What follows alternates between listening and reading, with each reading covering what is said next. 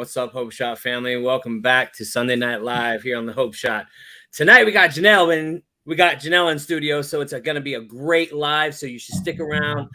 But first, we need to have Caesar read that clarity statement real quick. I just want to be sure Janelle's in the studio. Well, this is the studio. Oh, okay. I just want to make sure. I thought I was missing out on some studio time. You put the pressure on me, though. She's about to drop them bars. Wait, that's bad. The Hope Shot clarity statement. We here at the Hope Shot are a group of people in recovery spreading inspiration. We come from all different walks of life and pathways of recovery. Our verbiage may be different at times, but we all have one thing in common. Recovery is a lifestyle, and we support all pathways of recovery. It doesn't matter how you get from A to Z, just get there. Thank you for being a part of our Hope Shot family. Thanks, Caesar. Hey, if you guys are just jumping on, say what's up. Let us know you're here. Also, if you guys would share our live feed, it'd be great. So let's see. We got nothing in the comments right now. Tonight we want to talk about a little about, like, we're kind of putting things around. There was just a bunch of questions. I'm like, hey, let's come up with something. Let's come up with a topic. So we were talking about the triggers for the holiday season, man. What does it look like? You know, people being freshly sober or in recovery, and they don't know exactly what to do. You know, like in the holiday season, man, it's like what we used to do ain't what we're want to do now. But it's kind of like changing those things from what it used to be till now. So I wanted to kind of like talk about that a little bit. Also, there's a lot of people struggling during the holiday season, with Christmas, with losing family, with, maybe even be the only one in recovery out there, and your whole family's fucked up. What does that look like? It's true, So let's see. We got Dustin in here. What's up, Dustin? Happy Sunday, everyone. Hope you all had a great week. I'm driving, so I'm listening and shared. Love you guys. Love you too, Dustin, man. Thanks for being here. Always supporting, man. We appreciate you. Yeah, man. I'm looking forward to this week ahead. It was a good week last week, man. I had a great week. What about y'all? I'm looking forward to the week too. I get to see you on Wednesday for a holiday party. That should be fun. And I'm just excited about work in general right now. There's some changes in my business, and yeah, it's exciting as opposed to dreading it. I'm actually really looking forward to work. Yeah, I know. You actually remembered this little thing coming up on Wednesday, man. That's cool. I won't remember before Wednesday. That's why I asked you to remind me. But I remember right now. You remember right now. That's all that matters, right? Right now. At this moment. At this moment, yeah. So yeah, man. I don't. What do you guys got going on for this Christmas coming up? For Christmas? Yeah, for Christmas, man. It's Christmas coming up. Christmas tree. It's over there. You can't see it. Great grand. I don't know, man. I got kids, so it's all about presents and Christmas trees and just kind of being with family. Like that's really all we got going on. Heading out to Michigan after the day after Christmas, getting some time away with Kelly, and yeah, just looking forward to some time off of work. I work a lot. Nate, what's up with you? Oh, chilling. Sorry I was late, guys. Been a full day of events. Your house, Justin, a birthday party, then another birthday party. So it's been a day full of fellowship and friends. So super grateful. Yeah, Christmas is like Caesar was saying. For me this year, it's a little different. In my new relationship, she has 2 kids, which I've gotten extremely close to this last 8 months. So this year I get to experience what that's like, to be a part of, a family, and to, make it special for the kids, and it's new, and I feel it's and it's tricky too, because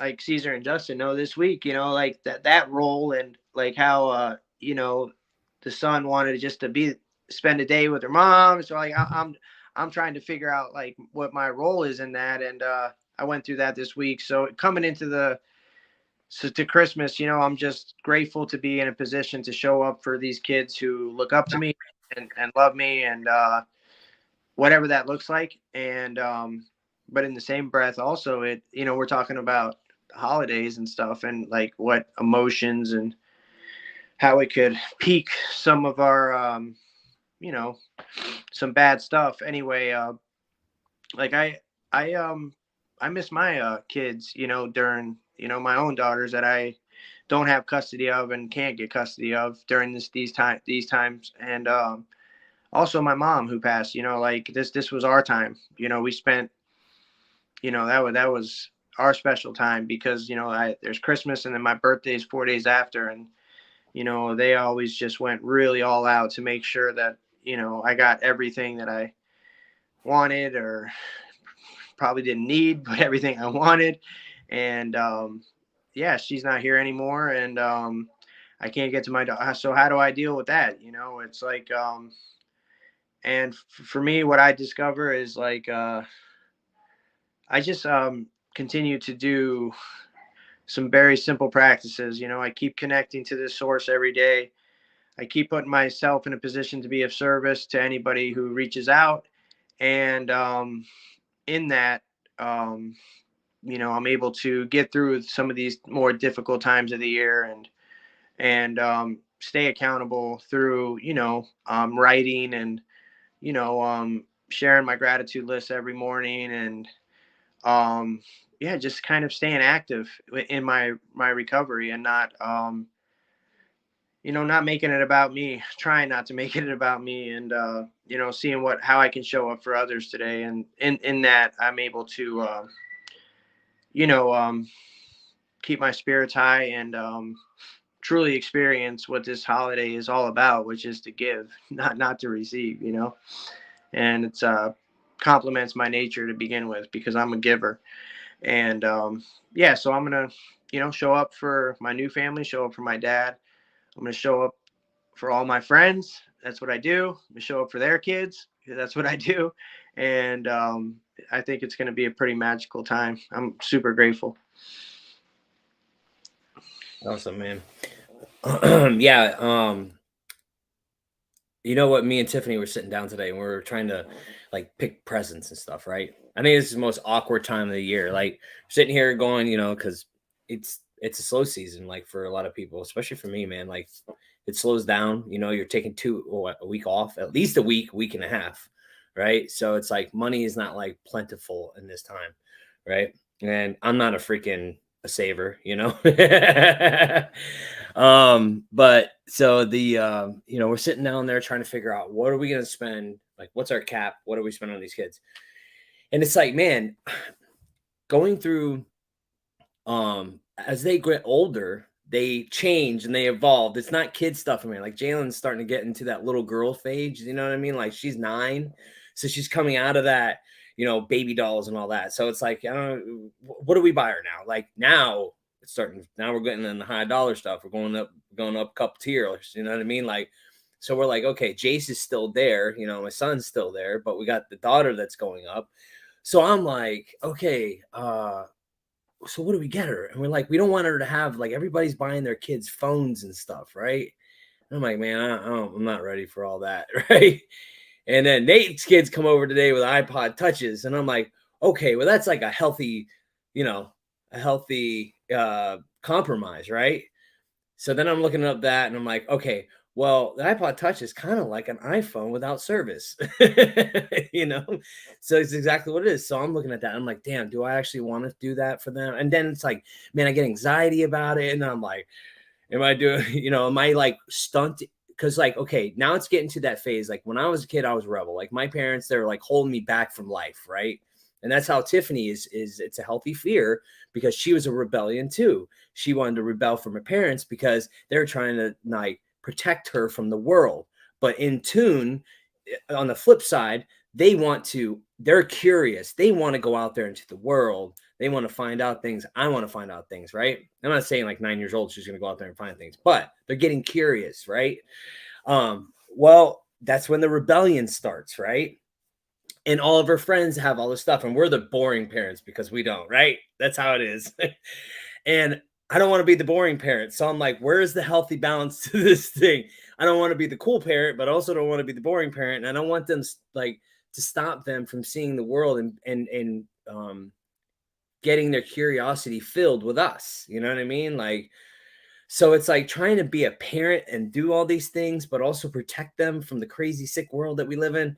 Man, that's a hard thing to like, what's the age limit? Where do we go with this? So being a parent in this technological world and protecting them and trying to make sure they're safe from, whatever's out there. I don't even know. You know what I mean? Like you see it on TV all the time, but it's like, am I doing over? So trying to find that balance of that is very hard. And it's something that we are like, are we just like putting our fear onto them? Right? That's what we're doing, right? I'm putting my fear onto them that in more ways than one. And so we're trying to navigate that. So we're thinking about doing that for Jalen. And then Jace, he's still a kid. So he gets like 13 things to open and she gets like 4 because of the price points, right?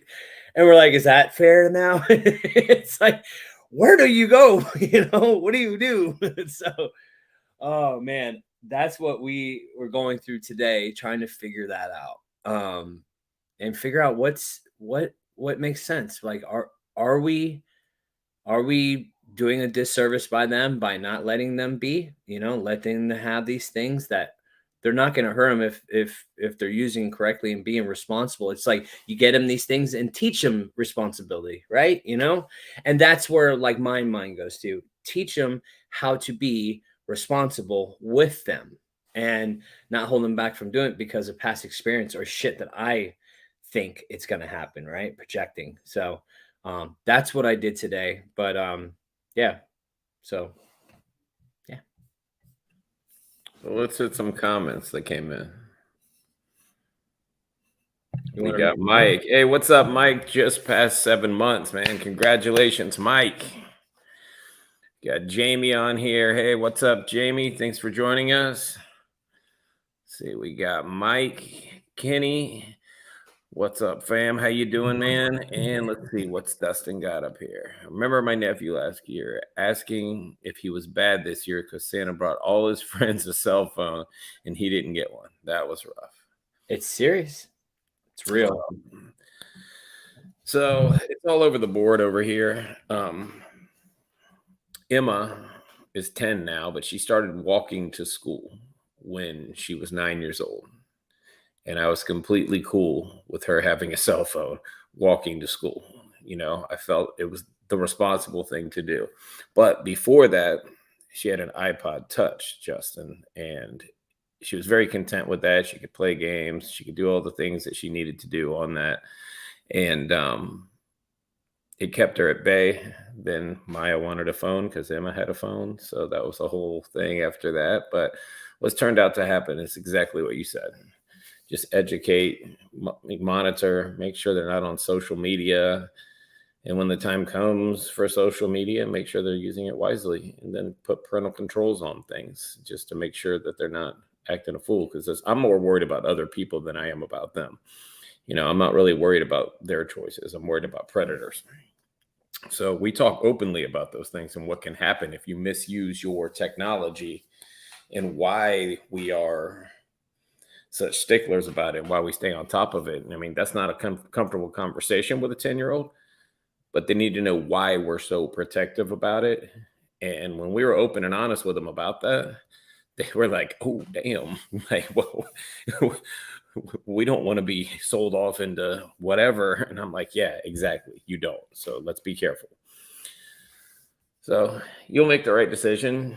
We're not perfect. We're parents that are figuring out how to parent, and we're pretty blessed. We got good kids. So I wouldn't worry too much.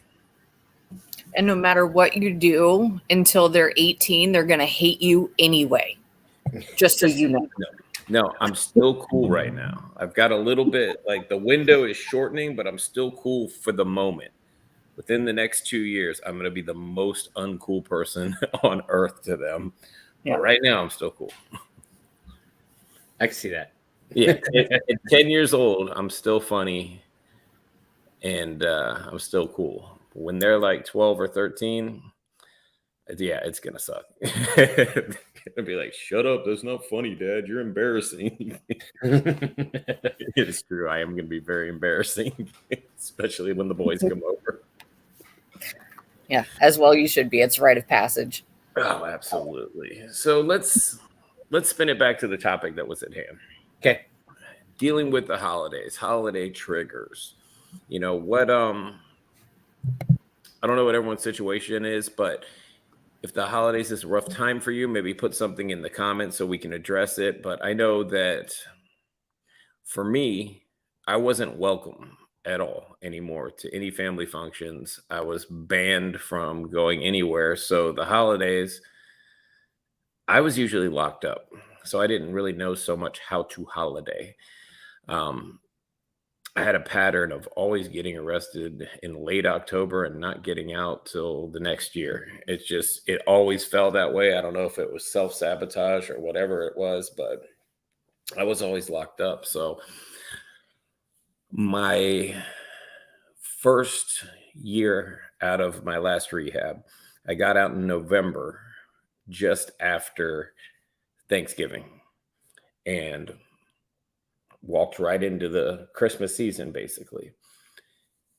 And I didn't have any money. I couldn't contribute to the household. I couldn't really do much of anything except just be there. But my people are what made all the difference.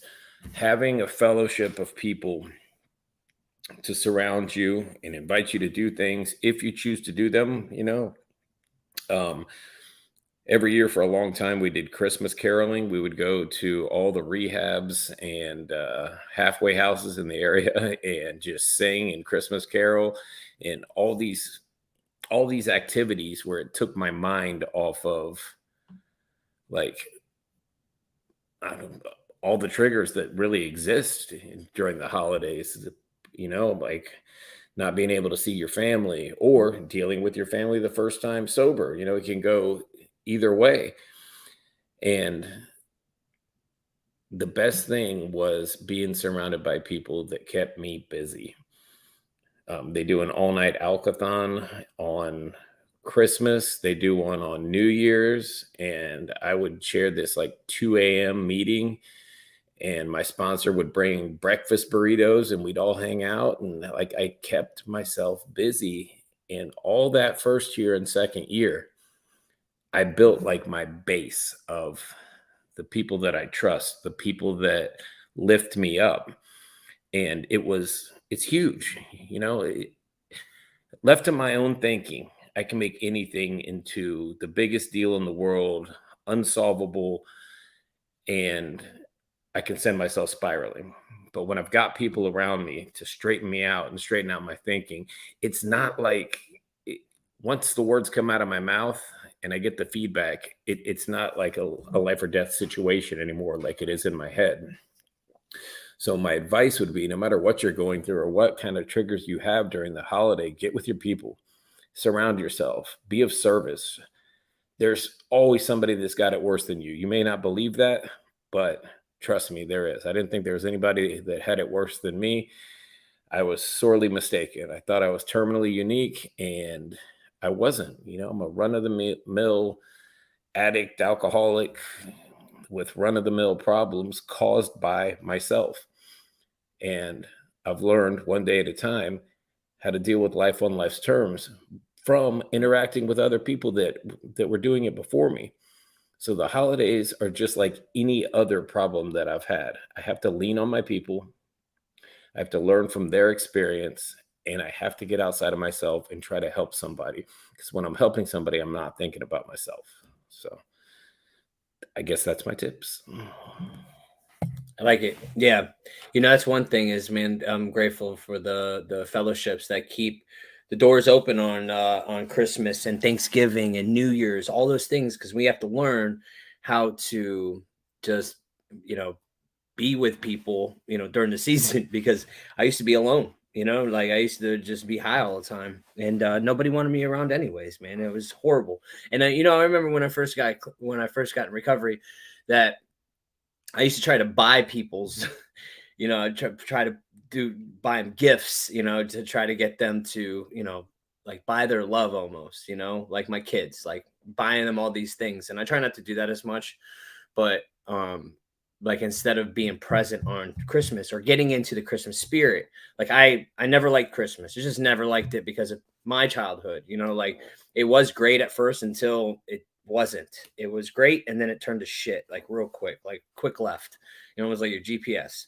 And it's like, man, it used to be a good time, and then like when it went to shit, I hated it. I hated Christmas. It was the most. I was miserable, and I was a miserable shit anyways. So like now I get into the spirit because of my kids and my wife, because they love it. They absolutely love it. And you know, but it used to be.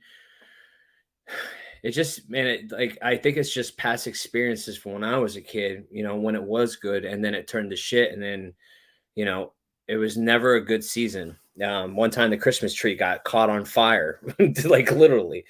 Yeah, and because of like the chaos that we were living in, you know, after my mom left my dad, and it like the our Christmas cards would all get stolen from my dad by my stepdad, and they would spend our money. Like it was just insane. Like it was hell growing up. So like those are something I don't know if that's a trigger of mine. I never really understood it like that. Like that's why I hate it so much, or I don't know, but I think that's the cause of it. So now I'm learning to, like, you know, I put up Christmas lights right after Thanksgiving. I was tired of shit, but I did it anyways. Because like I always waited to the last minute, and I'm like, well, if I'm gonna put them up, man, I'm gonna start being like everybody else and put them up right after Thanksgiving, and get into the spirit with them and put them up and get the lights, because Tiffany loves lights. She loves them, absolutely loves them. So I want to be able to give that to her and be in the spirit with her, because that's what it's about. You show up for your people, and you do it for your people, not for you. If it's not for you, then do it for them, you know.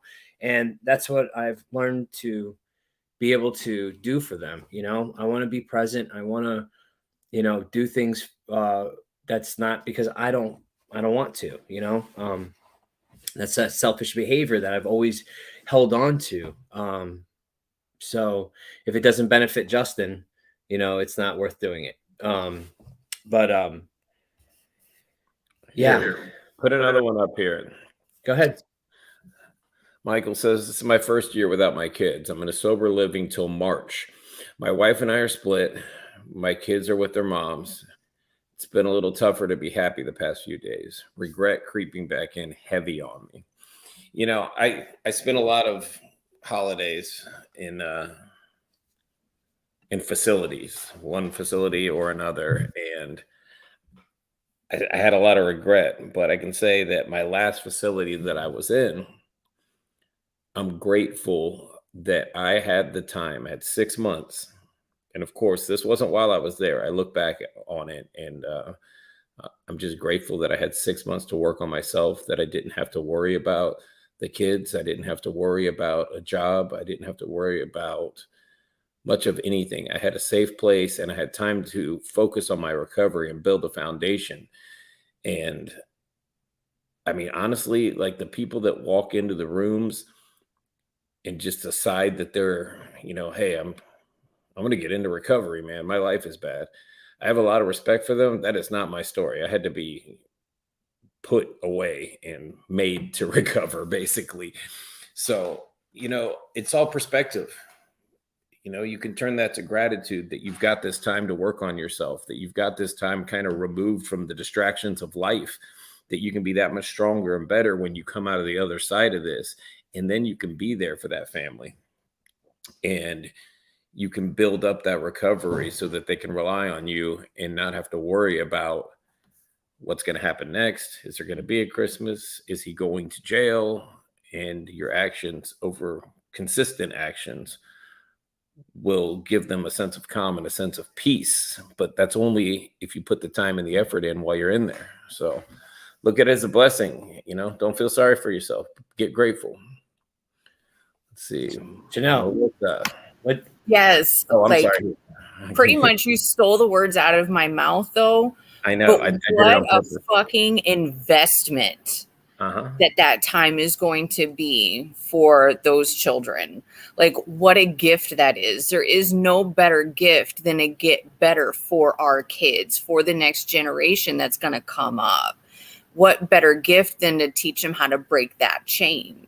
That's beautiful. I mean, I get it too, being a parent and having gotten into recovery after both my children were born. But man, there's like almost no room for regret when you look at it that way, you know? Like, I remember in early recovery feeling really guilty about the time I had to spend away from my kids, going to meetings and staying close to people in recovery more often in the beginning. Just, I didn't have much time with them anyway. I was a single mom. I was working full time, and then having to do that full time, or getting to do that full time. And then spending that time away from my kids so I can invest in myself, so I could be a good role model for them, so I could be strong enough to be able to parent them. And then, have the opportunity to worry about, is it the year for the cell phone or is that next year? Those types of things. That's a beautiful, beautiful investment. Beautiful investment. I just wanted to put that out there. No, I mean, dead on. So I wanted to read this one too. What's up, Melissa? She said, grateful that I'm in a place where older kids are coming to see me and my extended family wants to stay with me. I spent several holidays in treatment or at AA meetings. Things look much different these days, but one thing remains the same. I stay in service and gratitude. And absolutely, my holidays don't look the same. I'm not camped out at a meeting all night anymore. I'm here for my family, but all those years that I did those things is the reason that I have the freedom today to be here and to be present. If I hadn't had those experiences of going out at 2:00 in the morning and going and being of service, and we're still have all kinds of service commitments, but I'm not running out on my family at 2:00 in the morning anymore to go chair a meeting, because I'm blessed to be able to be here and be with them. That's a good comment. You want to read something, Justin? Did I catch you by surprise? A little bit, man. Good. How about Christina's? I'll put it up and you read it. That sounds good. I found that working on myself was crucial for my recovery. I had to learn forgiveness and compassion and self-love. It helped me get through these tough times, sending positive vibes your way. So let's hear from Nate, man. What's up with you, Nate? I was just when I see comments like that, I immediately think like and like, not to minimize or like that shit's tough, man. Not being around your kids, you know what I mean? That's fucking tough. But like Caesar was saying earlier, somebody's got it tougher, man. Someone either lost their kids to addiction, or some, like in my case, I lost the ability to be in my kids' lives through my addiction. So I can't even talk to them or see them or experience anything with them, let alone the holidays. So I just yeah, so I get it, man. Like it's super difficult, man, to because all these whatever situation you're going through is relative. It's super important to you, and it should be important to you. But as far as like the sacrifices we make, Janelle said it best, man. It's like an investment so that you can ensure that you are there in the future. And but I mean that sounds good, but it doesn't make you feel better when you're going through it. It's tough, man. And it's just how do you it's just like when you lose a family member and they're like you're getting all these sweet sentiments and condolences, but that doesn't take away anything. It doesn't take away the pain. The only thing that took away any type of pain for me in these situations is how strong my connection is to my source and how busy I am in my program. That's if I'm crossing off those boxes, then regardless of what I'm experiencing and going through, I can find some sort of grace and serenity somehow. And but which is not to say that this shit don't hurt. Um, that's something you can't take away. But it's not something that has to take you back out or throw you off the beam, so to speak. It could be something that draws you closer to this program and to your God and to your truth. And ultimately, through doing those things, you get closer to those you love or those that you're missing or not able to spend time with right now. No, I agree with that 100%. I can be sad and still have gratitude for a situation. Like I said, hindsight's 2020. When I was sitting in that rehab missing Thanksgiving, I was like, this is some real BS, man. Like this, this sucks. But I can look back and exactly as Janelle put it, I can look at that time as an investment in me being reliable and responsible and my kids not having to worry at all if I'm going to be there for them. Like there's no question in their mind, but that's because the work was and is being put in so that I can be the same person and show up in their lives every day. Because I couldn't do that for the majority of my life. I couldn't show up for anybody. I wasn't reliable for anybody. And my word was garbage. My word wasn't worth anything. Those things are important to me today. See what Dustin's got up here. He's got a long one. Dead on accurate, Caesar. My support circle is literally carrying my ass like a lifeless corpse these past couple of weeks because I have nothing left in me. It's not even so much the holidays as everything else and just being extremely overwhelmed. I'm blessed to have these people in my life blessed to have the people in my life that I do that will help carry me to the finish line and refuse to let me give up on myself. Damn straight. You got badasses in your circle, man.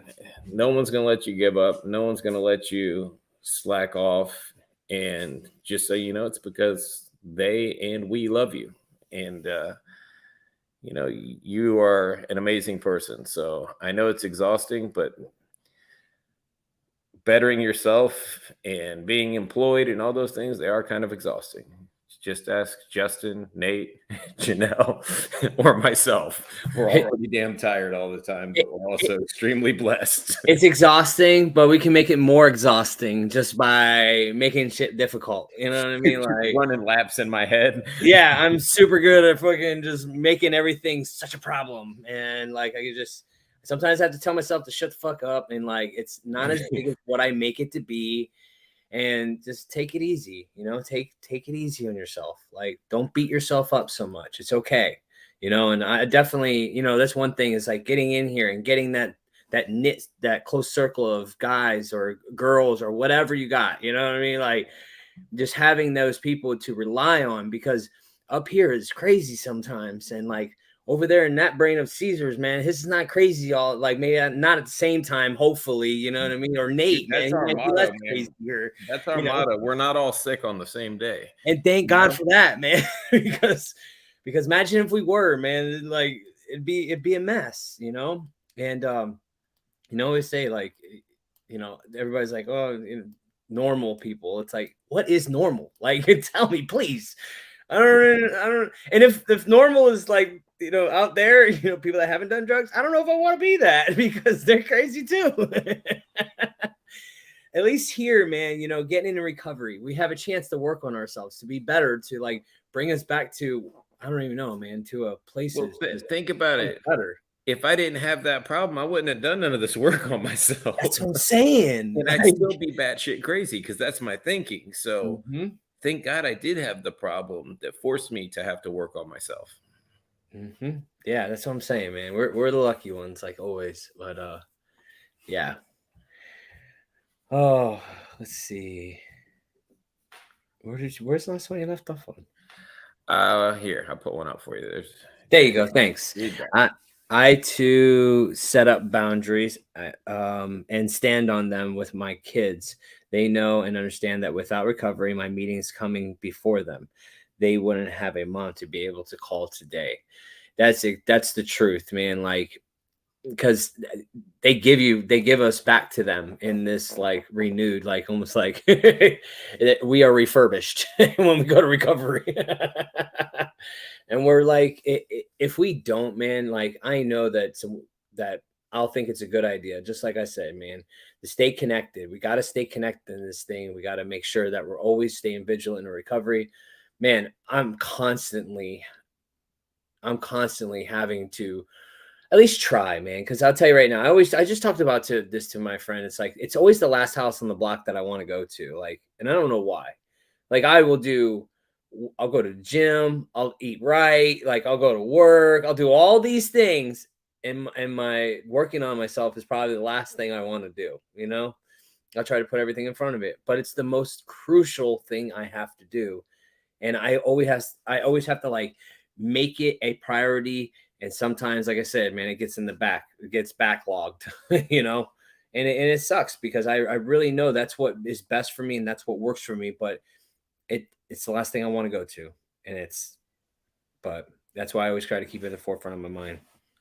I remember being somewhere that somebody early on, I don't know, rehab somewhere, they were like, your recovery has to come first. And I did not understand that statement at all. I was like, man, my kids got to come first and then I got to make money. And that's more important than this recovery shit.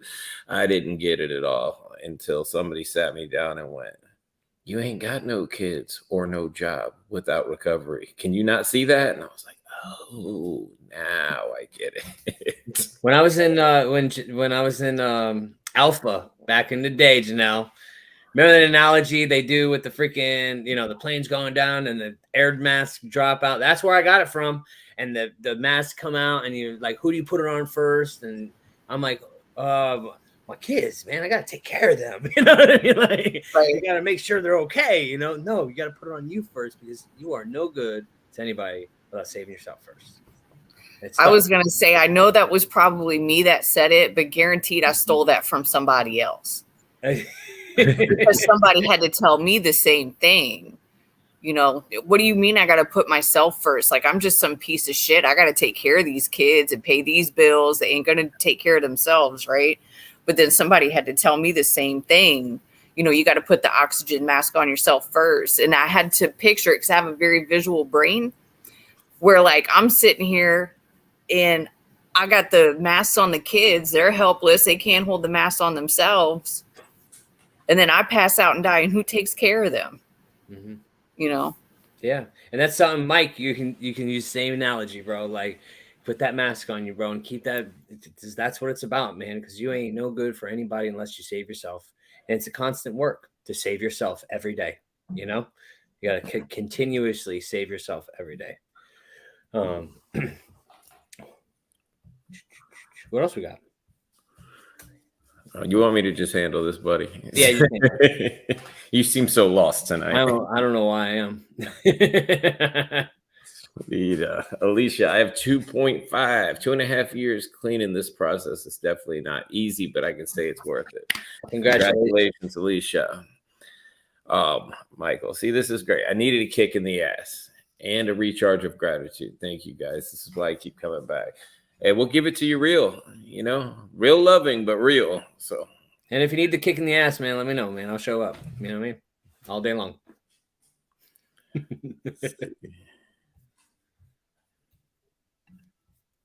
I'm going to assume this is probably to Janelle, but I'm not really sure. I've seen you do this firsthand, and as someone who struggles still, to set boundaries with anyone, it's something I've always admired about you. That's got to be to Jamie. But I'm not that smart, so I could be wrong. While you're digging, I just keep getting stuck on this one thought I had, because I know that the holidays are difficult, and I'm like a bah humbug kind of person anyway. Just always have been. I don't have like any particular reason. Oh yeah, my Christmas tree ain't up yet. I ain't even put out my Christmas unicorn yet. It's fucked up. I have a Christmas unicorn. I ain't even put it out there yet. But like, we've got, I know a lot of people that are not able to see their kids for legal reasons, geographical reasons, or anything like that. One day these kids are gonna become adults, right? And one thing that always gets stuck in my head is what do I want these kids to find when they come looking? Because we're biologically destined damn near all times. Those of us that were adopted, grew up in foster care or whatever, we're destined to go looking for where we come from. We always study where we come from. We want to know where we come from. What do I want them to find? You know, it's not to take away the pain, because I know that there's nothing that's going to do that, but to kind of help cope and push through it. Mm-hmm. You know, like there were years that people wouldn't speak to me, and with damn good reason. You know, I gave them good reason not to trust me, not to speak to me, but I wanted to continue working so that should they decide later on they wanted to have contact with me, I wanted them to find me in good shape, you know, in better shape, in a spot where I could explain and try to make amends for what I had done. And that's not just like for Christmas time, Thanksgiving time, Yom Kippur, whatever. That's just in general. But we do tend to focus on that during the holidays, because we got to spend all this time with these family members at these functions. And sometimes our family members want to bring up stuff that we did. Like, don't you remember what you did at that Christmas when you were 17 years old? You ruined it, you know? And it's like, yeah, it's been like 20 something years. Like, can we move past that now? You know, but some people can't, because we've done some messed up stuff, you know. But it can be very stressful, even thinking about the possibility that somebody might bring something up. So, you know, yeah. I don't know. It just kept rolling around in my head. I hate that when they bring it up. I'm like, yeah, I get it. I understand. But it's like, I get that. I get flack, you know. It's like, oh, remember when you were blah, blah, blah. I'm like, dude, that was like totally like 6 years ago. Like, just can we, you know, like bygones be bygones. Call it truce, you know. Pack your bags, you're going on a guilt trip, brother. Oh my god, I like that. That's great. Oh man, let's see. I don't even know where we are though. Let's see. Here you go. Why am I so lost in the comments? Caught lost in the sauce. I put one up for you. Go right ahead. Oh, you want me? Okay, cool. I take my kids with me to meetings, and they hear me chair meetings. I'm trying to teach them while they are young, and allow the program help me raise them one day at a time. Yeah, and it's good to bring your kids. You know what I mean? Especially if you can't listen. It's okay to bring your kids to meetings. It's okay, like bring them, because like it's better. If not, they're not going to have you. So it's like you better bring them with you. You know, that way you get to a meeting, because that's a lot of people have no choice. And you might never know, man. They might hear something they need to hear. Who knows? It depends on how old they are. At 6 years old, my kids ain't hearing nothing. You give them the Nintendo and haul ass. That's what they do. If you're going to drag them through your addiction, you damn well better drag them through your recovery. I love seeing people bring their kids to meetings, especially when other people are like, oh, you shouldn't bring your kids around a bunch of those people. You know, we bring up, like, they sit in the car with us when we go do drug deals. They go sit, you know, they're in the house when we bring other people in there, but we're not supposed to bring them around good people, usually in a church. Stop it. Love that. I love that. That was great, man. You're just throwing out all kinds of little great analogies tonight. Yeah, in between my dog freaking out because I have to keep turning it off. I think he's jealous because Ollie's getting screen time. Right. Yeah, Ollie's being extra needy tonight. Let's see. Dustin says, my counselor uses that oxygen mask metaphor all the time with me when talking about making time for myself and refilling my own cup. It's the truth, man. Your counselor knows what she's talking about. We just don't want to hear that shit. Read the next one down. Funny part is I use that analogy all the time. I'm a good one for giving advice and not taking myself. So true, man. I could spit some game, and I'm like, what? No. Do as I say, don't do as I do. Yeah, don't. I wish I could do it though. Like you should do it though. Like totally. Mike, no pants, Justin. You know, and the drill. Let's see. We got James says I have a mini Christmas tree decorated with my NA key tags. Yes. Let's see. We got Christina says exactly what I tell myself every day. My kids will come find me, and they can't form any kind of relationship with me if I'm dead of an overdose or all tweaked out. Blessed to have 3 years and 8 months clean just for today. Congratulations. Heck yeah. Yeah, and that's the truth, man. It's like, you know, we are no good to anybody else, man. Not a lick. Amen. When your kids come looking, they let them be proud of what they find. I used that for years while my older kids resisted being in my life. Keep doing the work. So, Nate, I just want to hear you, man. What are you talking about? Nate looks like them kids wore him out this weekend. Yeah. No, I'm good. I had a heck of a weekend, man. Shit, I fell asleep watching TV with Caesar at like 9 o'clock at night. Yeah, no, I'm good, man. I've had a pretty amazing weekend, and but like also I had a little struggle this weekend too, man.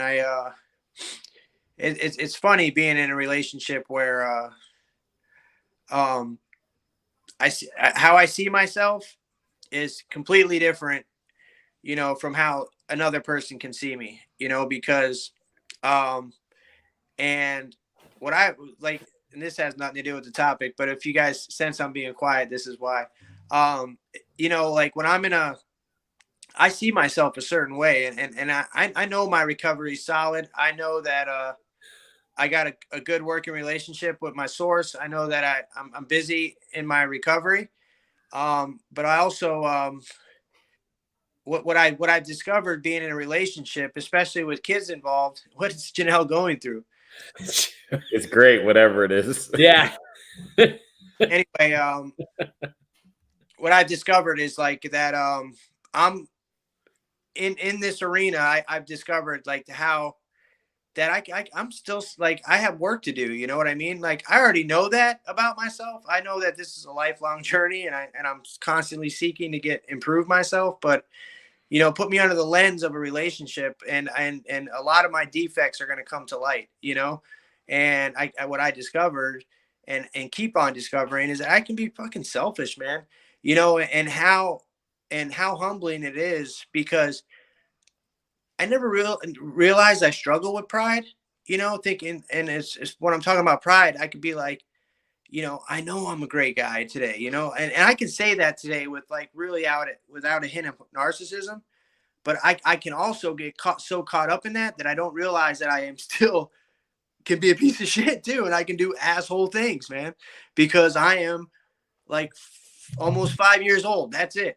You know, I'm just growing up and learning how to navigate not only as an adult in a community, sober, but now in a relationship where there's 2 kids involved, and how, you know,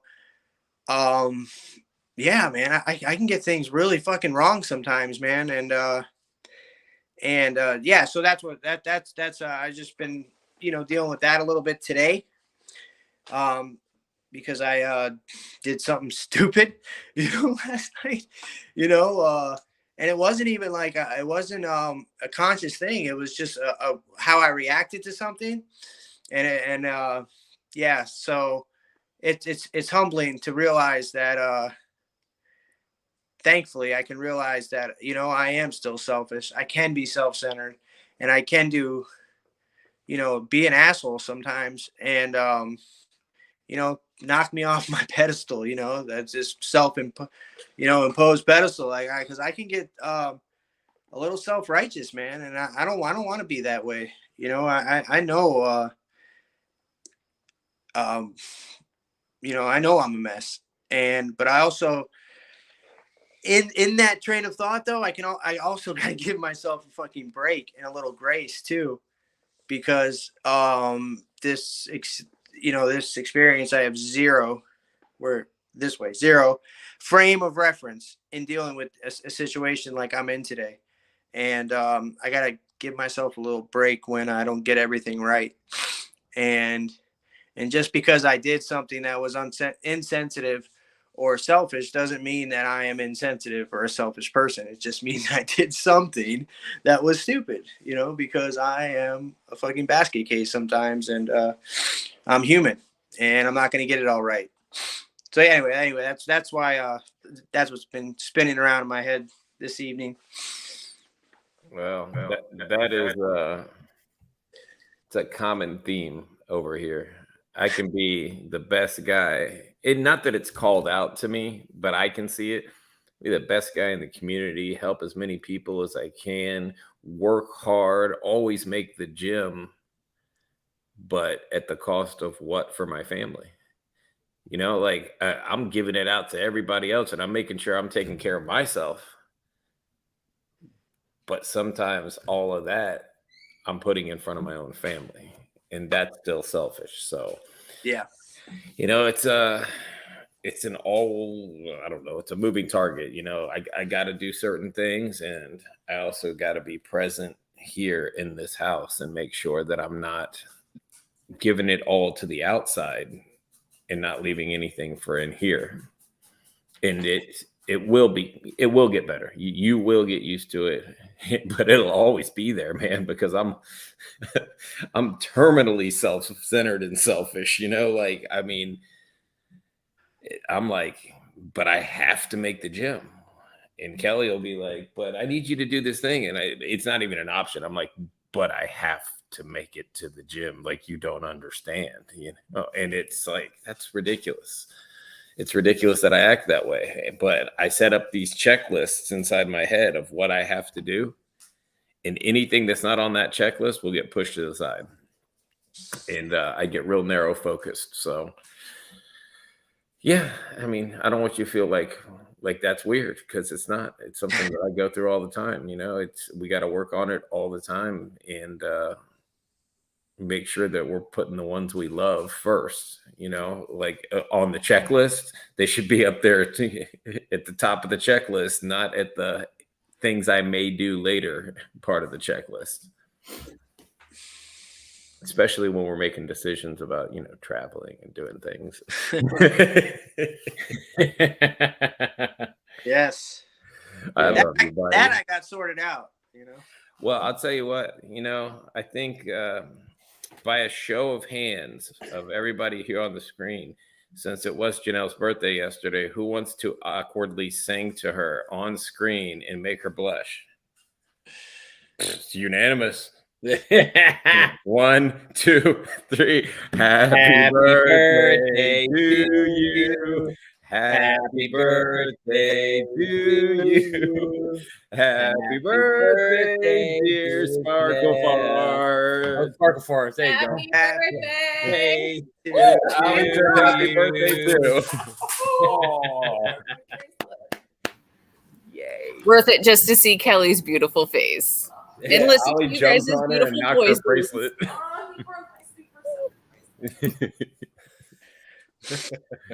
Well, thank you for bearing with that, because I've just been thinking about it the whole time, and I was like, I don't want her to kill me, but at the same time, it'd be sweet. Because apparently I'm scary. That's what Mike said. You're only a little shanky. Well, and I have an incredible amount of Botox in my face, which really enhances the resting bitch face. So I just look scary all the time. It's either that or I have gas. That's usually what I tell people. Like, I'm not as mean as I look. I swear to God. So I got contacts one time at the old business that I worked for, and I walked around like this all the time. And my boss pulled me aside and goes, "You can't sell to people and go in their house looking like that, man." I was like, "What do you mean?" He goes, "You look just mean. Like, you can't do that. Go get the glasses." I was like, "But I just bought contacts." He's like, "No, you ain't wearing them here. You don't wear those contacts. You look crazy." All right, guys. Well, I think that's it for tonight. Unless you guys got something else. I'm good. Good. All right, guys. Well, thank you all for being here tonight with us, man. Catch us next Sunday, right here, 8:00 live on the Hope Shot. Hope you guys have a great week, man. And love y'all. See you. Good night. Peace.